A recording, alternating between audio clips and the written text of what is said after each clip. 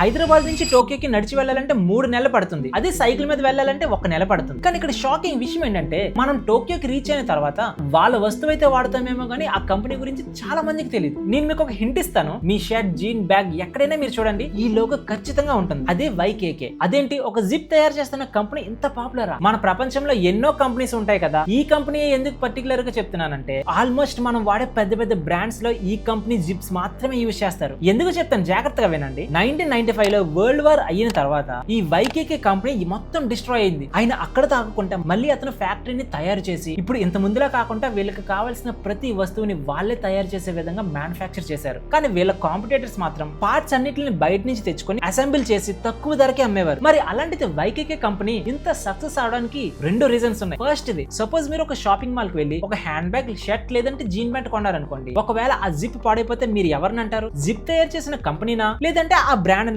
Obviously ఆ brand నే కదా. సో మళ్ళీ మనం ఆ బ్రాండ్ కొంటామా? లేదు కదా. అందుకే YKK కంపెనీ తయారు చేసిన జిప్స్ ఎక్కువ ప్రైస్ ఉన్నా కూడా వాళ్ళు మంచి క్వాలిటీ ఇస్తున్నారు కాబట్టి ప్రతి వస్తువులని ఈ జిప్ నే వాడుతూ ఉన్నారు. అండ్ సెకండ్ రీజన్ ఏంటో తెలుసా? వీళ్ళు A to Z ప్రతి దానిని వాళ్ళే మ్యానుఫ్యాక్చర్ చేస్తారు కాబట్టి వాళ్ళ క్వాలిటీని కంట్రోల్లో పెట్టుకున్నారు. మీ ప్యాంట్ కున్న జిప్ కి ఏ బ్రాండ్ ఉందో కామెంట్ సెక్షన్ లో కామెంట్ చేస్తారా?